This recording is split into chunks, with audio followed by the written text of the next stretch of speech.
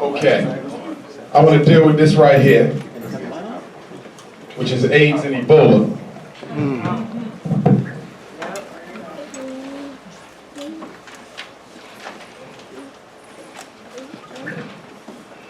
All right, let's look at some of the facts.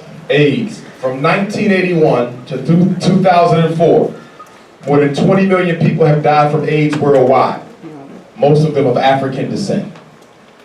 If you want to do more reading on AIDS and Ebola, and they were manufactured around the same time at the same place, population control extermination weapons, United States Army Bioweapons Lab, Fort Detrick, Maryland, it's still there. You can't get in unless you have top security clearance, okay? 2 books I would direct you to. One is written by a white, one is written by a black. One of them is called Emerging Viruses. Emerging Viruses is a book that was written by Lynn Horowitz, one of America's top biochemists, well-credentialed, well-certified European, who basically said, and he's no friend of black folks, he did not write the book for black people. He was just talking about his findings, and that was that AIDS, in no way, shape, or form, was a natural disease, that it was man-made and manufactured. Thank you. We've also seen in the research that the AIDS virus selectively seeks out cells that have a high concentration of melanin within them. So the virus actually looks for black people. Okay? Now, one thing needs to be said, because you do have people who would say that AIDS don't exist. I don't agree with that at all. AIDS does exist.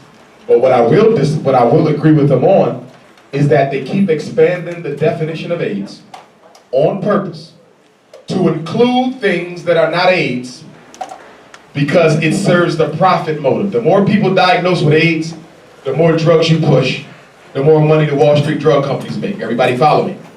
So you can very well be diagnosed with AIDS and not have it. Let's look at the test, okay? The test that they use for the AIDS test does not test for whether you have the disease. It tests for whether you have the virus. So let's say you go to the doctor, right? Whether you have the antibodies. You go to the doctor right now, I want to take an AIDS test.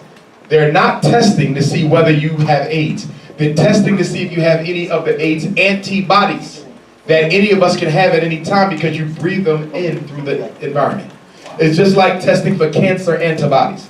Most of us have cancer antibodies in us right now, but we don't have cancer. They're in the air. You can breathe them in. And depending on what type of medication you take, depending on your blood type, depending on your diet, you can very easily be diagnosed with AIDS and not even have it. Wow. Okay? United States Congress Office of Accounting, they said that a heterosexual male was, when you take the AIDS test as a heterosexual male, 50% of the time the test is wrong if you're a heterosexual male. Pregnant women can often get a wrong diagnosis. Certain types of immunizations can bring about a wrong diagnosis. That's why whenever you take an AIDS test, you have to sign a disclaimer that you will not sue if you find out you did not have it. Okay? Yes, that's why they make you sign. Because if this is not right, you cannot come back and sue us for this. Because it's only a test. And tests can be wrong. Here's the thing I gotta understand. There is no true science in America. Because America is a capitalistic society, which means everything is based on how much money can be made. So that means they will keep truth away from you if it hurts money, and they will make up a truth if it advances money. There's too much money to be made off of AIDS for them to ever accurately diagnose it. The test is designed to misdiagnose people, just like ADHD. The criteria are designed to make sure your son get misdiagnosed. The criteria are intentionally vague. Because the vaguer the criteria, the easier the diagnosis, the more money made off the medication. AIDS is the same way. And the crazy thing about AIDS is, what do they give AIDS people? AZT. AZT kills the immune system more than AIDS does. And AZT is the main drug of choice that they use for AIDS people. Totally destroys the immune system. In fact, there's some research that says more people with AIDS die from the AZT than from the AIDS. Okay?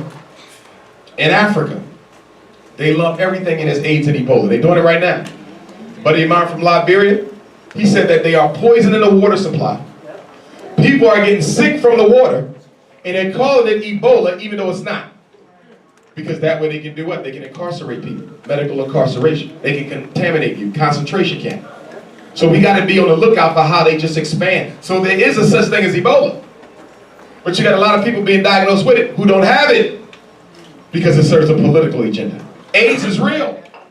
But I would argue that at least 20% of the black people in America diagnosed with AIDS don't even have it. Because it feeds the profit motive of the corporations that sell the medications. What we also know about AIDS, the other book was by a black homosexual named Boyd Graves, who I had the opportunity to meet. I met him at the Black African Holocaust Conference in Harlem a couple years ago. Boyd Graves was a homosexual naval officer, or Air Force, but I think it was Navy, who contracted AIDS. He was gay. He decided to research AIDS and find out where it came from, this disease that destroyed his life. And guess what he finds? And if you get his book, which I recommend, I think it's one of the books all black people should have, it's called State Origin. It's a blue book. It's called State Origin by Boyd Graves, The Manufacturing of the HIV Virus. In the middle of the book, he has a flow chart that he found in the government library that shows how they made AIDS. And also shows that they had a cure for AIDS before they let the disease out. Same thing with cancer. There's a cure for every cancer. But there's no money in curing. The money is in killing. Okay? You have to keep that in mind. Magic Johnson and that whole AIDS hoax. I have two perspectives on the Magic Johnson situation. Number one, they recruited him to act as if he had AIDS, to scare all black people into the possibility that they also have it. The other thing I think, which I think is more plausible, was that he took the AIDS test, came up positive for the antibodies, didn't have the disease, and they paid him to shut the hell up because it would have cost them billions of dollars for him to say that you cannot trust the AIDS test because I took it and I didn't have AIDS. See? There was two doctors in Africa who developed a cure for AIDS, two Africans. One of them was murdered, and I think the other one was stripped of his patents, forced to sell them, and was never allowed to practice and do any more AIDS research. Temple University last week, North Philly, where I live, they claim that they found a medication that neutralizes the AIDS disease. How much you would have bet it never goes to market? Why? Because there's more money in the drugs than it is in curing. Excuse me. Thanks. That's number one. And number two is an African racial extermination strategy. So the last thing you need is people coming up with ways for black folks not to catch it and kill each other with it. By 2005, the number of people living with AIDS reached its highest level. 40 million people, mostly African, African-American, Caribbean, African, Asian females are living with this man-made disease. Let me ask y'all a question. I was in Malawi a couple years ago, Southeast Africa. I escorted an elder over there. He met up with some of his Korean friends. They were Korean. They was over there trying to exploit Africa and they wanted him to help them. So me and the Korean argued the whole trip. But anyway, me and the Korean had a conversation about AIDS. So they was talking about AIDS in Southeast Africa and AIDS is killing the continent, da-da-da-da. And guess what this Korean man said? No, he doesn't like black folks. Guess what he said? He said, I have no doubt that you are correct about one thing. And that is that AIDS was invented to kill off your people. I said, why do you say that? This is a conversation we have in Malawi. He says because the white man is saying that the reason why AIDS is so high in the black community in America is because of promiscuity. Too many men sleeping around, gay people sleeping around, multiple baby moms, multiple baby daddies that spread the AIDS. He said that's bullshit. I said, why you say that, Mr. Korean? He said because, he said, I live in Korea. We have one of the highest prostitution rates in the world. He said our prostitution rate is significantly higher than anything black Americans is doing. And we have almost no AIDS problem. He said our prostitutes are poor, they are destitute, almost no medical insurance, no protection from the government, and almost no AIDS in a sexually promiscuous culture. So how can it be that sexual promiscuity is breeding AIDS in black folk when we have a lot of sexual promiscuity in Korea? Very low condom usage and everything else, almost no AIDS. He said it's because they're giving it to y'all. Damn. They're giving it to y'all. And we need to understand that. Biological weapons lab. Anybody with common sense know what that means. United States Army, biological weapons. That means you're about the business of what? Developing diseases that target certain people. Genocide. And this is one of the reasons why I keep telling you all, as a psychologist, to stop immunizing your children. Now, the question is, what do I do if I don't give them shots? They won't be able to go to school. That's a lie. There's only 2 states in America that dictate the child must be immunized in order to go to public or charter school. And even in those states, you can get a lawyer and get around it. And that is Mississippi and West Virginia. This is California. So guess what? You do not have to immunize your child in order for them to go to school. So what do? 3 strategies. Number 1, you go to the County Board of Health. County Board of Health, there's an exemption form that you can download, print, sign, notarize, give it to the school secretary, life goes on. Number 2, you can write a letter. I just had a parent do this in New Jersey. You write a letter, get it notarized, my child will not be getting shots, I'm against it, it's against my religious and my personal political views. My child will not be getting shots. You get it notarized, you go to the school. Third thing, you have your lawyer call the school. Once in a while, you might have to have a lawyer intervene. Once in a while. Most of the time, you can handle it on your own. Normally, when I see lawyers as necessary is when the child goes to a private school, like one of the rich white private schools. That's when you might need a lawyer. But if you're dealing with public or parochial school, any publicly funded program, the children do not have to be immunized if it's publicly funded. All you have to do is download that exemption form from the County Board of Health, write you a notarized letter, and what's the third way, which is the easiest? Have your doctor fill out the immunization exemption form. That's the simplest way. Get your doctor to do it. Here's the problem with the doctors. Most doctors will have their medical insurance revoked. Malpractice insurance. If it's found out that they're treating children who are not immunized. That's why a lot of doctors are afraid of that. Because if they treat your child, God forbid if you decide to sue them for whatever reason, they're not protected. Queen. My question is, what about, I know we talked about elementary school, what about college? Well, colleges won't let students in if they can't show immunization records. You can get around that. Okay. If it's a public university. Private schools can decide what they want. A public university, you can get around it. They can't force you to immunize at a public university. Okay? Yes, ma'am. What about people who are in medical field, because a lot of hospitals, a lot of... It differs.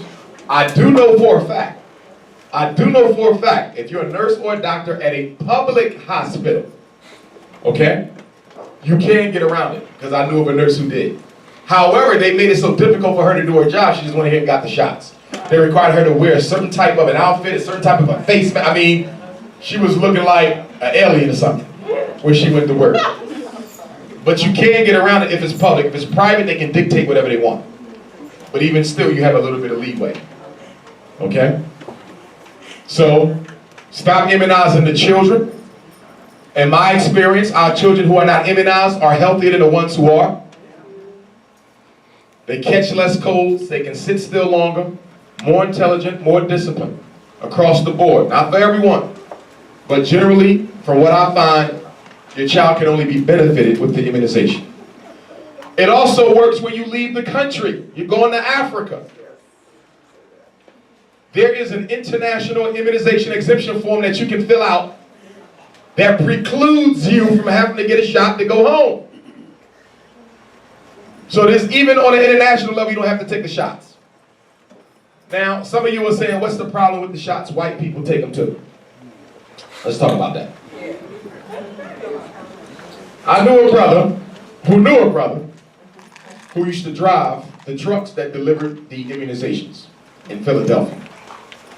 One day he accidentally got the deliveries mixed up. The immunization for the ghetto accidentally went to the white neighborhood. And the immunizations for the white neighborhood accidentally went to the ghetto. So he dropped off the immunizations that was for the white kids in the ghetto.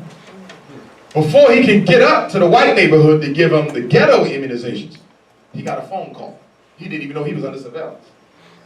And they asked him, where you taking them shots? And I forget what the shot was, measles, whatever. He said, well, I accidentally dropped this package off there. But since it's the same thing, I figured it didn't matter. His supervisor told him, it is not the same thing. You will go and pick it up and take it to where the package says. I'm bringing this up to say what, black people? The immunizations they bring into the hood ain't the same ones they take into the suburbs. It's important that y'all understand that. I believe that they're putting time-release cancer in the immunizations that they're giving to black children. Just like you can go get some time-release vitamin C or some time-release Prozac, where some comes out as soon as you take it. A little bit more gets released at 2 o'clock, and the rest of it gets released at 6 o'clock around dinner. How about they have the same thing for disease? How about you get breast cancer at 40, heart cancer at 60, prostate cancer at 80. I think they're time releasing us with diseases. If you look at when most of us get our cancers, it's around the same ages a lot of times. Stop taking the shots. You don't need them. If you study the history of American immunization, you'll find that the immunization movement grew up around a need to protect whites from diseases black people didn't even get. Come on. Right. The immunization works by doing what? Pushing your natural immune system out the way so the chemicals can work. If you have an arm that works, why would you cut it off and put a fake one on? Yeah, come on. Make it plain. Make it plain. Let me go a little bit further. In order to give you the flu vaccination, they have to put flu in you. Same thing with measles and everything else. They put a little bit of the disease in your body. The theory being what? That your body will develop a resistance to that small amount of flu so it'll be able to fight off future attacks. That's the logic. But is that the reality? Stop taking them flu shots. Time-release cancer. Time-release diabetes. Time-release hypertension. Do you realize that America has over 500 doctors who come to work on a daily basis to come up with diseases for black people? That's their job at the bioweapons lab. What new thing can we give to blacks? See, abortion was the first population control strategy. Margaret Sanger, Planned Parenthood, the early 20s. And by the way, W.E.B. Du Bois helped her out. But in his defense, I don't think he knew what she was up to. He just thought she was a good white person.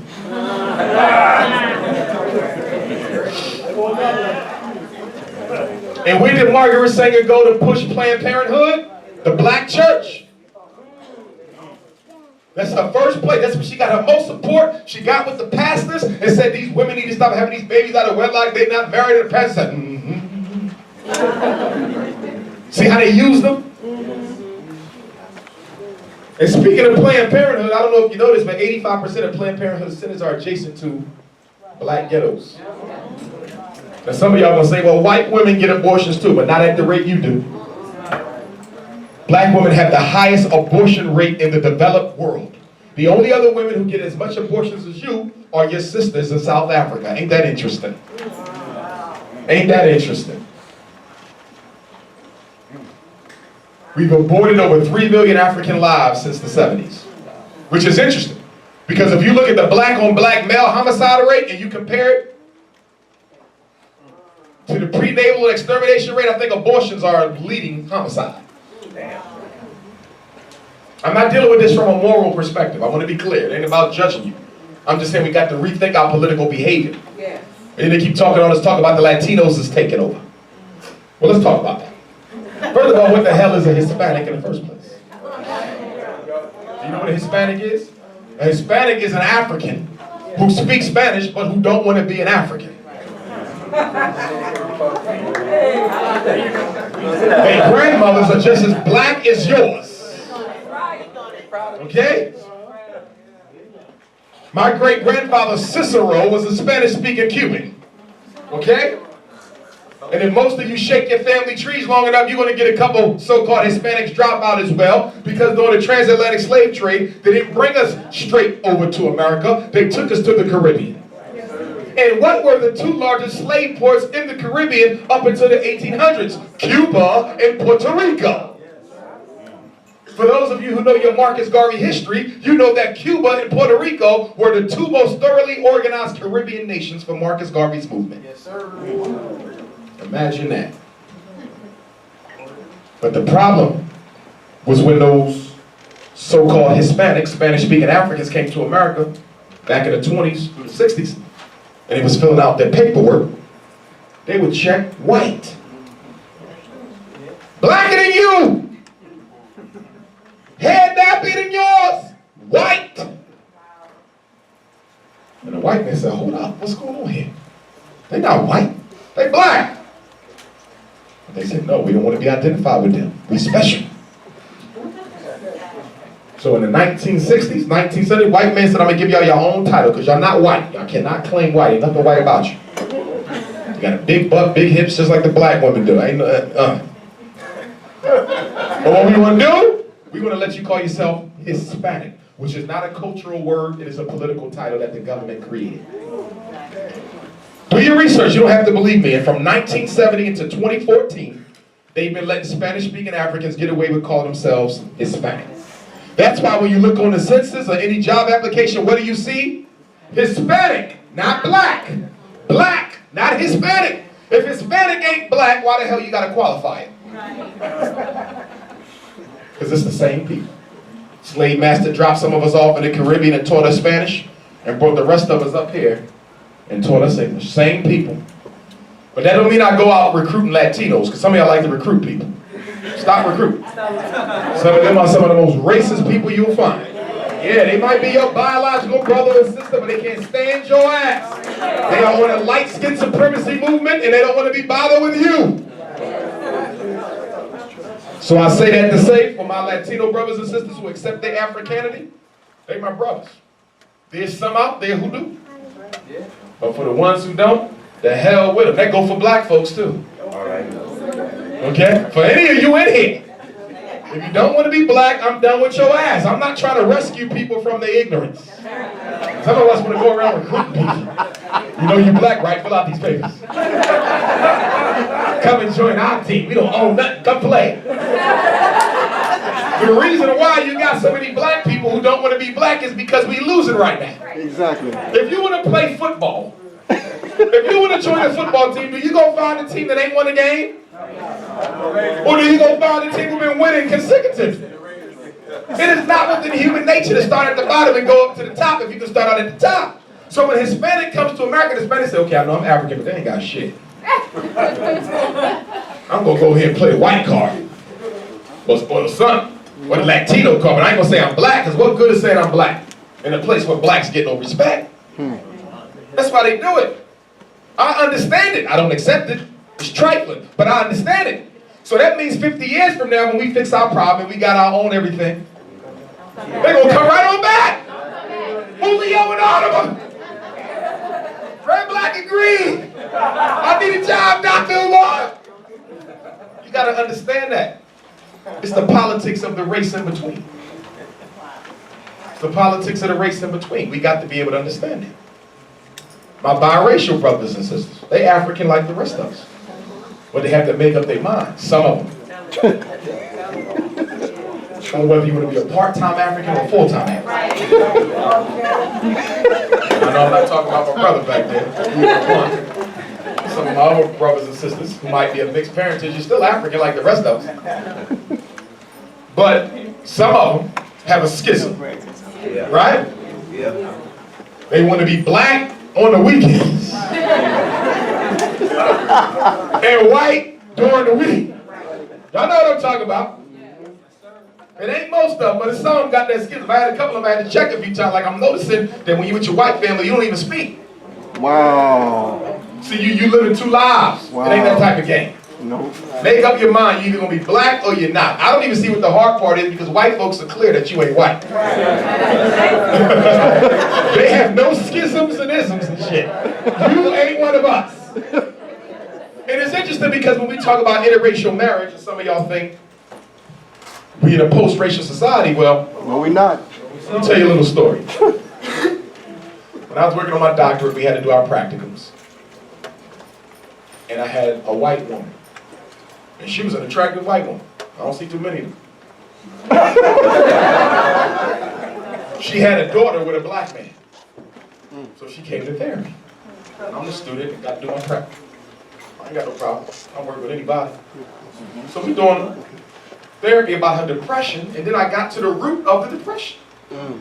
Guess what it was? Her mother, her Irish white mother, forbid her from bringing her black daughter to her house. Beautiful little black princess too. 12 years old at the time, has never met her maternal grandmother because her father was black. And she used to come to therapy and cry to me every week about how I can't believe my mother would reject my child. That's right. So for all y'all post-racials, you better wake up and smell the damn coffee. I learned of another situation. I think I learned about it here in California, my last visit, about this white woman had a baby with this black man. They went to the restaurant to eat. She said she had to use the restroom. And never came back.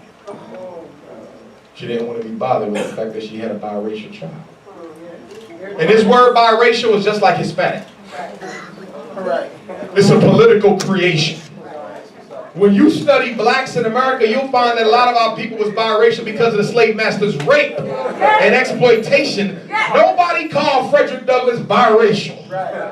Nobody called none of those people biracial. They was black like everybody else. But all of a sudden in the year 2000, having a black mother or black father, you're biracial. You know what that's about? That's about divide and conquer, separate and rule. That's about creating schisms within the black movement. We've never had an issue with the biracial piece. They either identified with us or they didn't. They was black either way, but they either identified or they didn't. Now it's biracial because of Tiger Woods don't want to be black, it's biracial. Right. President Obama don't want to be black, it's biracial. Right. Halle Berry don't want to be black, it's biracial. But Mariah Carey don't want to be black, and she crazy as hell. She can stay on that side. Biracial.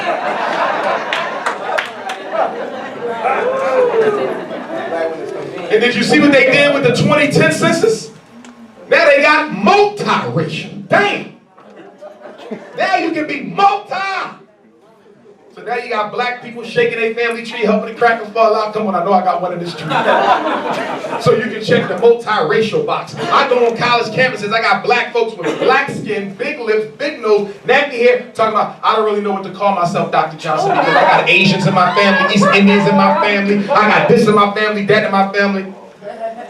When I'm standing up in there, I'm trying to think of something politically correct to say to the sick-ass Negro child. You look like Aunt Jemima personified. Talk about you don't know what a race your ass is. Hair nappy is what the? This is what we do. The illusion of inclusion. I'm talking to the girls in the class. One girl talking about, you don't know what you talk about because I got Indian in my family, we got this, and we Choctaw, and we Seminole, and we this and this and this. I said, if you don't sit your ass down, you ain't got Indian in your family, you got Perm in your family, sit your ass down with that weed.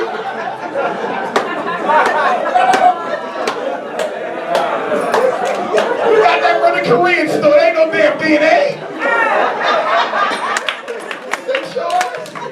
Black people crazy. Don't nobody want to be black. Nobody. You go in the whole room of black folks. What are you? You get anything other than black? I'm Muslim. I'm Christian. I'm Catholic. I'm this. I'm this. I'm that. I'm multi. I'm quad. I'm this. Nobody want to be black. First of all, when you look at the census, most of them designees are alternative names for black people. On the census, you got that category about 10 or 15 titles, right? You got your Anglo. You got your Asian. And remember the Chinese people, in America, they tried to fight for the right to be white too before, but they lost. Y'all know that, right? Yeah, Chinese fought for the right to be white and they lost. The Mexicans fought for the right to be white and they won. Okay? Irish, Italians, and Jews, they didn't become white till 1940. Y'all know that, right? Yes, sir. Up until 1940, if you was Irish, Italian, and Jew, what they call you? Guinea!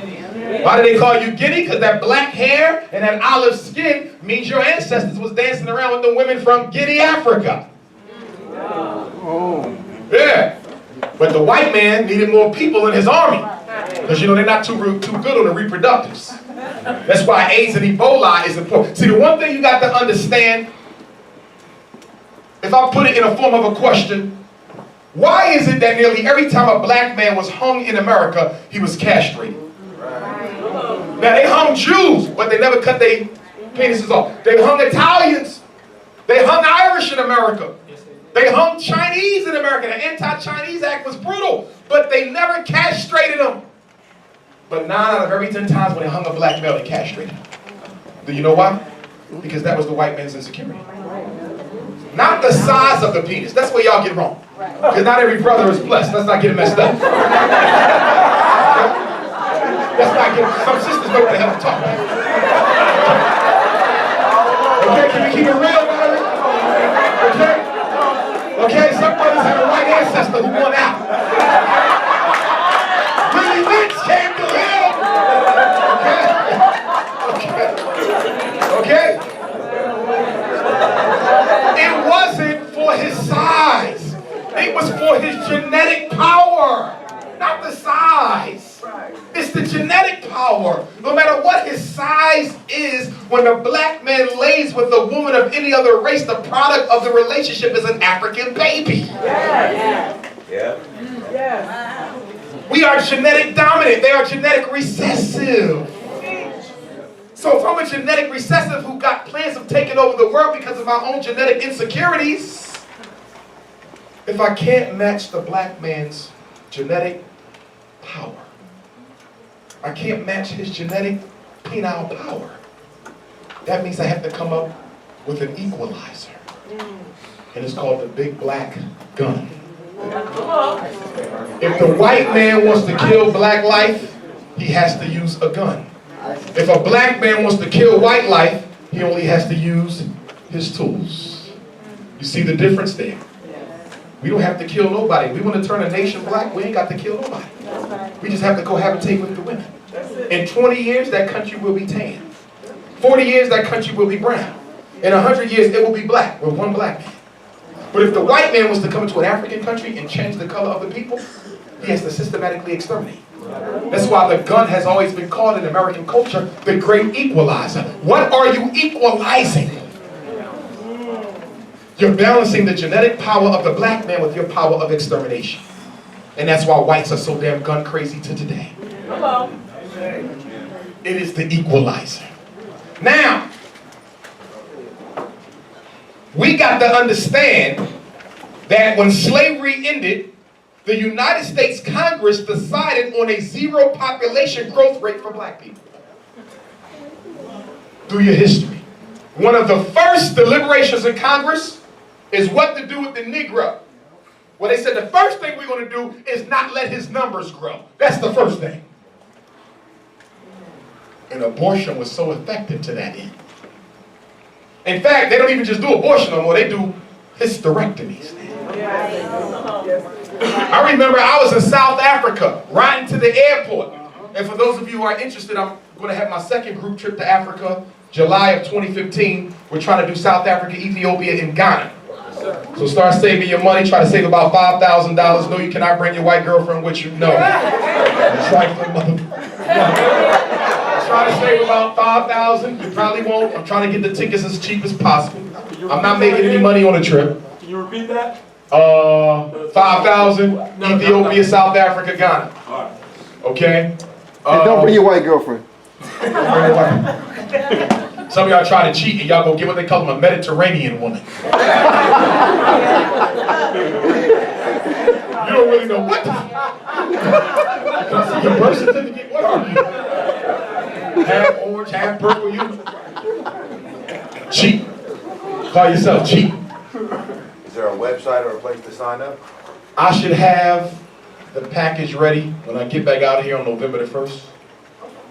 So what you can do, it'll be on my Facebook and my Twitter. It should be on my website too, but definitely Facebook and Twitter.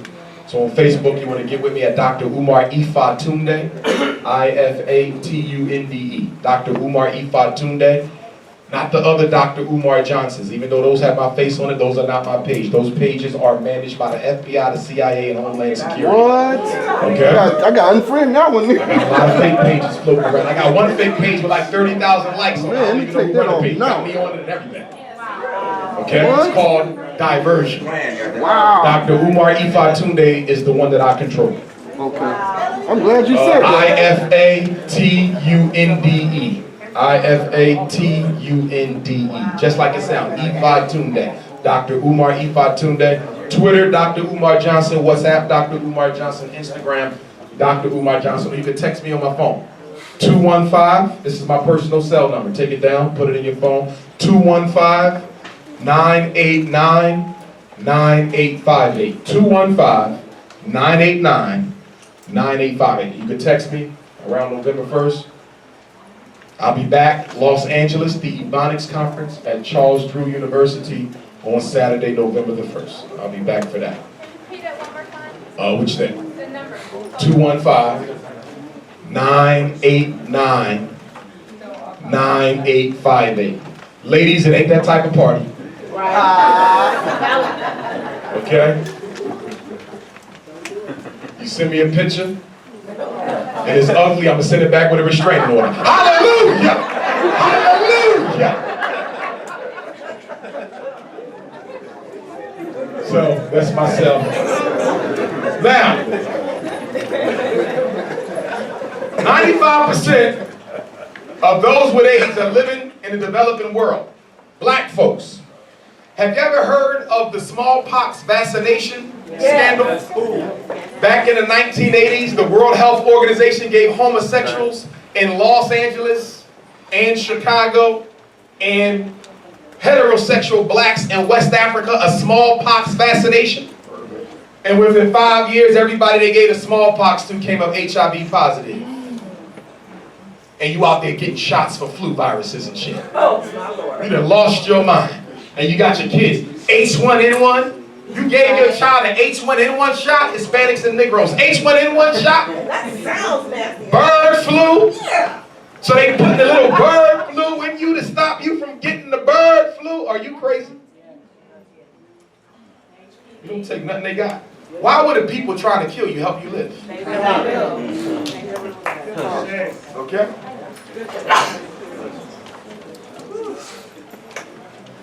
And Bill Gates,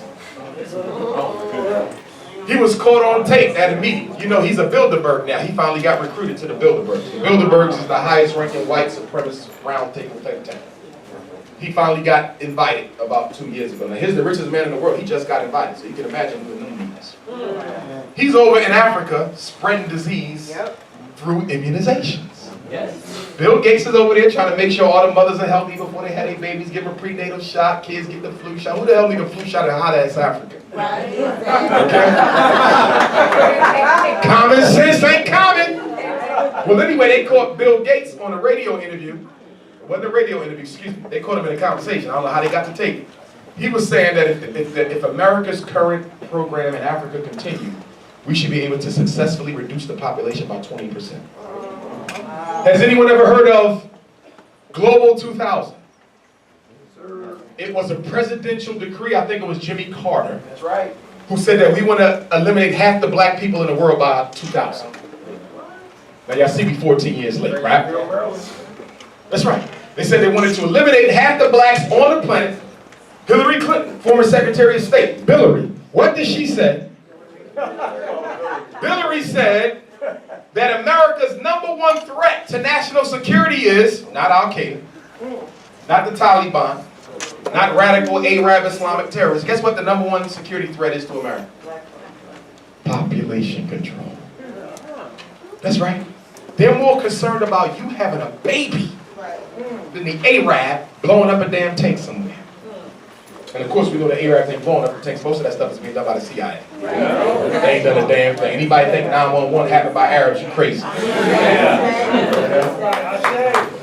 right? But my point is, that's why we see so many black women having stillborn babies.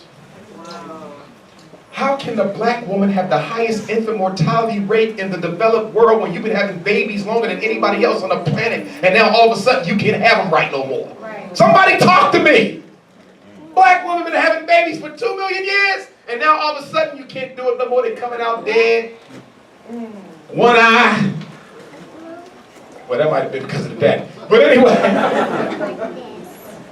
And then y'all sisters give into it by taking the epidural shot. Epidural. I'm in pain. Well, it's labor. That's what it is. I'm in pain. White man come with the big needle in your spine. Boom. You need some more, sweetie? Boom. Now the baby don't take the epidural going to the bloodstream. Now the baby heart going crazy. Oh, I think we got to cut you open. I think we got to do a cesarean section because the baby about to have a heart attack. How the hell my baby gonna have a heart attack? They didn't eat no chicken yet. What kind of shit is this? So then they cut you, pull the baby out, and once you get one C-section, they want all your babies to be C-section. Why? Because cesarean section birth is emergency surgery. They can bill the insurance company 3 times as much money. Wow, making money off black mothers. That's right. Furthermore, if I'm a delivery doctor and I'm being paid by the birth, what the hell I want to be dealing with you for 18 hours of labor? When all I got to do is cut your ass open, drag that baby out, and send you over to the surgeons to patch you back up. I can do 10 of them in a day. You see that? It's not economical to be dealing with one. And then you're dealing with white racist crackers. He don't want to look at no black vagina for 18 hours. And you wonder why the babies cry when they come out. The first thing a black child sees when they enter this world is a white supremacist. And you wonder why they cry. They've been in dark matter for 9 months. Minding their business. And in one bust of the water, I come out and I see a blue-head, blue-eyed, blind. I want to go to hell back home. Push me back. Ancestors, get me. There used to be a time we couldn't have our babies in their hospitals. We used to have our own midwifery process. Our own birth mamas, our own doulas. What happened to that black woman? Do you know that white women are getting into the whole midwifery business? I read an article a couple months ago that said the amount of white women who have their baby at the hospital is significantly dropping. So a lot of obstetricians and stuff are going out of business because white mothers don't want to have babies at the hospital, and they don't even want their damn prenatal care. Because now they want you to take pills now for prenatal care. Help kill the baby before it come out. Why aren't black women still having babies in the house? I knew a brother, he said, my wife ain't going to the hospital. That brother ain't been trained in no medicine or nothing. Guess what? When that water broke, he put her on the couch, got the white blankets and sheets, and delivered his own baby.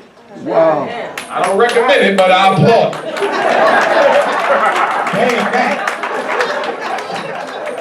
I can't deal with all that. See, the problem is black women got imported to the white Western world's way of civilization. The white woman wants to have a baby laying down. In African culture, you don't have a baby laying down because gravity works from vertical, not horizontal.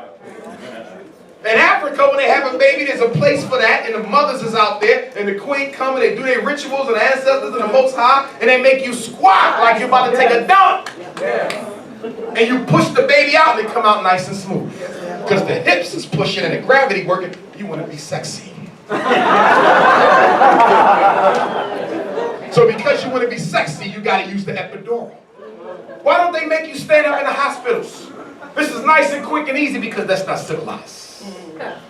Look at what civilization is getting you. All you black women in here need to consider doing what? Going to midwifery school. Yep, some of y'all need to get your license so you can start having babies. You're talking about a job, you need a job, I'll give you one. They go one right there.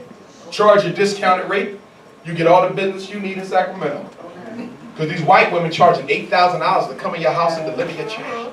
$12,000 to come in your house and deliver your child. Shit, my homie did it for free.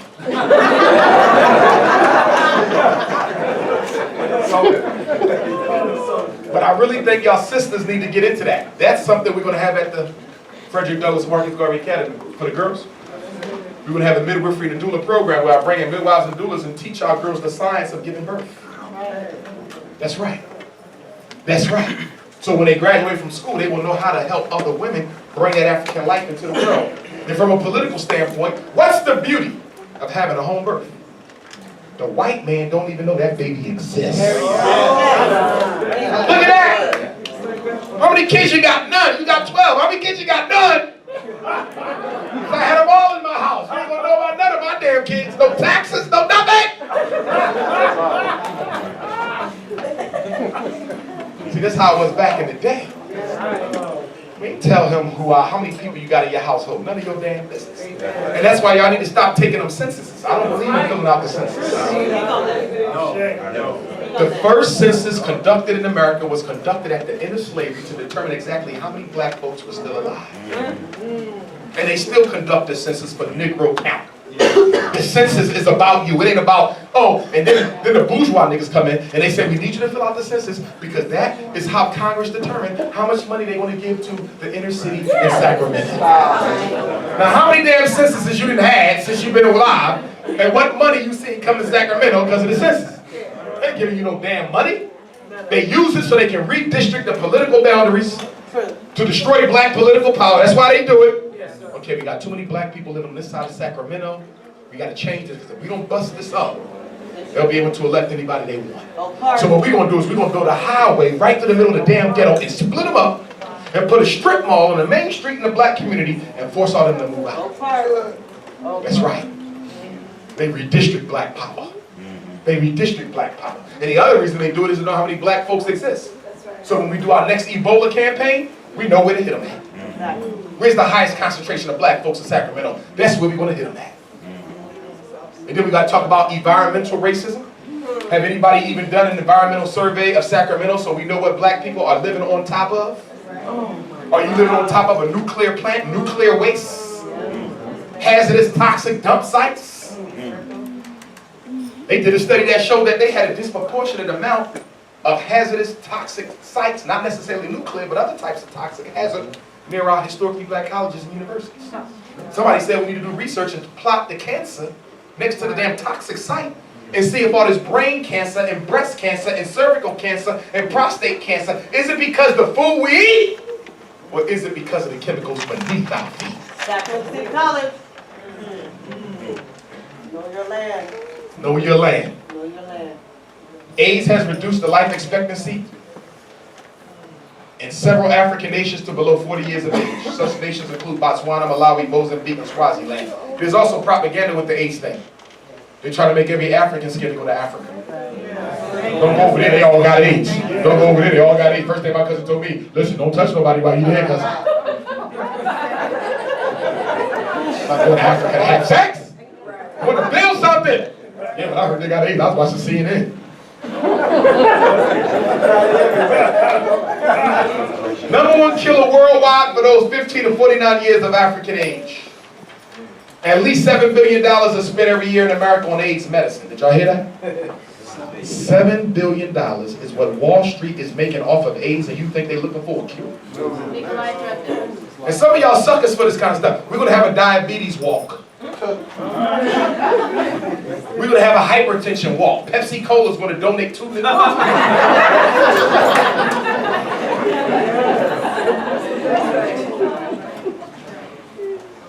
The paradox of the AIDS epidemic is that the drug companies have created a type of paranoia around it, which has everyone thinking that they may have it, which gets them tested with the antibody test, in some cases misdiagnosed, put on drugs that kill the immune system, which still leads to premature death.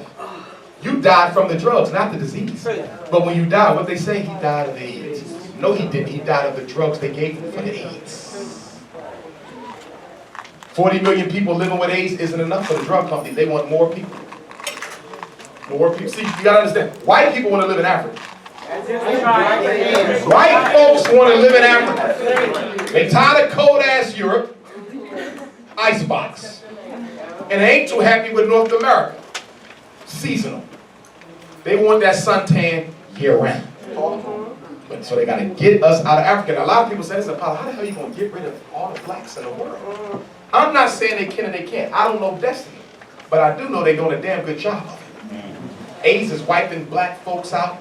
Abortion is wiping black folks out. And you know how they pushing the hysterectomies, right?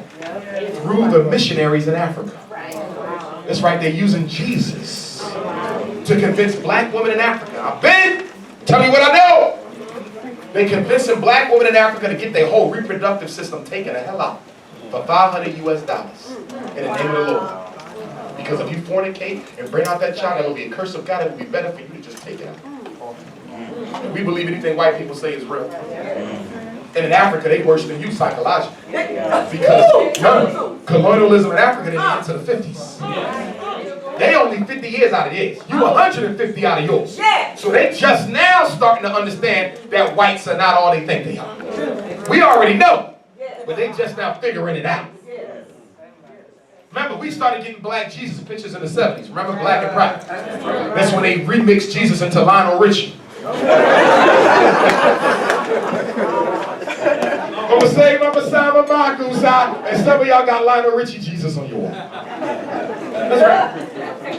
That's right. You go into a black house now, my Jesus ain't white no more, DR.Umar, but he look white with a suntan. Jerry curl. Metrosexual Christ, all naked with red lipstick on. That's right. Look at the black Jesus pictures. Why is he always half naked? The white Jesus got his clothes on. Black Jesus flexing, busting, stomach. Damn, man got his pubic hair out. Swag. If I'm wrong, tell me. Black Jesus, red lipstick, eye gloss, fake eyelashes from the Korean shop. Jesus Christ. You done lost your damn mind. Why you just can't get a black nappy-headed Jesus? You know why? Because you don't want to see nothing that looks like you.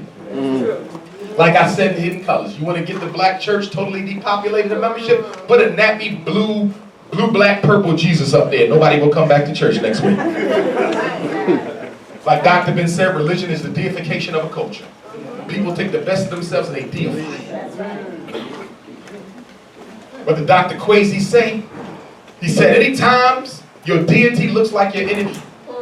When your deity looks like your enemy, you begging to be a slave. And then some of y'all say, DR.Umar, what does color have to do with it? Color ain't got nothing to do with it. Color got everything to do with it. That man on the wall is in the White House right now. Look at him. Because his ass was light-skinned with good hair. Hallelujah. Barack Obama is just as much a sellout as Clarence Thomas. So why does Clarence Thomas get treated like shit in the hood and Barack Obama gets worshipped? Because he's light-skinned with good hair. And Clarence Thomas is blue, black, purple with a nappy head. That's right. We still got colorism in the black community. We still got light-skin supremacy in the black community. And I'm not talking about light-skinned Africans either. Light-skin supremacy ain't got nothing to do with your skin tone, but your mindset. In fact, most light-skin supremacists I know are blue, black, purple, who don't want to be around nothing darker than a brown paper bag. And then they mistreat a lot of our light-skinned brothers and sisters for no reason at all, projecting on them their own insecurities. I got a niece with green eyes, slave master. My nephew, green eyes. My father, green eyes. Niece catch hell because of them green eyes. She don't think she's better than nobody. But other African children with insecurity complexes project them onto her. She got to catch hell. Y'all light-skinned folk know what I'm talking about. Being singled out and mistreated. Don't get me wrong, some light-skinned folk do got a light-skinned supremacist shit. But I think it's the dark-skinned people who got it worse one. I meet some brothers. I don't date no girl unless she light-skinned. Damn! And then we got black-skinned supremacy. Oh, we got some people say if you ain't blue, black, purple, you ain't shit. Am I wrong? My light-skinned brothers know because the sister said y'all done fell out of style. Y'all not even in style no more. You gotta be Idris Elba now. Right. Terrence Howard fell out of style. Right. They want Tyrese. They don't want that pretty voice. Shamar Moore, they said that shit played out. I know, right? done. Idris Elba. But don't worry, fellas. Hold on. 10 more years, light skin gonna come back, and the brothers gonna catch the hell again. Dark skin. And then, ladies, y'all deal with it too. A lot of black men got a problem dealing with sisters who natural, especially if she's chocolate. Oh my God. She got a nerve to be purple and got locks. Where was you born? But even the light-skinned sisters catch hell when they wear locks. Am I wrong, ladies? Yes. The revolutionary brothers talking all this revolutionary stuff and don't want a sister with natural hair. Have a white woman. That's right. Oh, no, I don't like her hair. Like, but brother, you said you for the people. Yeah, but you know, I still like it. Selling out ass, fake ass revolutionaries. I see them all the time. I get the emails. Dr. Umar, my husband's birthday was the other day, so he said he wanted me to be natural. For his birthday, I treated him to a natural. Came back home and he asked me what I do that for. Wow. That's right. Brothers, we gotta walk what we talk. That's why I can't even date a sister with a process. I can't do it no more because it's a contradiction for what I stand for. I work in schools and I work with little black girls and I'm telling them every day, all day, that there's nothing wrong with your hair. Kindergarten, first grade, second grade, all the way up to 12, nothing wrong with your hair. And then Dr. Umar coming in with a woman who thinks everything's wrong with her hair. Right. And brothers, let's not get it twisted. The reason why a lot of sisters are afraid to go natural is because they know deep down inside we talk that black power stuff, but we ain't ready to live it. We ain't ready to live it. You still want her with her perm and her slick back and her jerry curl. So do her. But sisters, I'll say go natural. Go natural. I love natural hair. It's the most beautiful thing when a sister can be at peace with what God made her to be.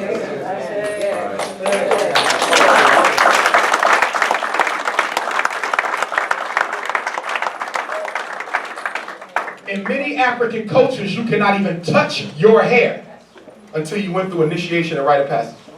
Because hair was divine and sacred. Our ancestors believed that your hair was an antenna. Absolutely. Your hair was an antenna that attracted spiritual energy down through your pineal gland. All day, every day. See that? That's why when you comb it, they go snap, crackle, pop. Pop, pop, pop! Pop, pop! There's power in the roots. Electric, you can start a fire with that thing. And you perm it out, and then now you got this whole thing now, because you know the chemicals that they put in the damn perm is strong enough now to go through the skull. And so now you got sisters getting cancer in their skull. I'm seeing all these black women now who now have to get sections of their skull removed because the damn perm juice then sunk into the skull bone and has toxified it. Wow. You are literally killing yourself to look white. Literally. Wow. And it's crazy because the white women trying to look like you now. Now they getting the lips made full of the big butt Kim Kardashian look. Kanye's a stupid ass.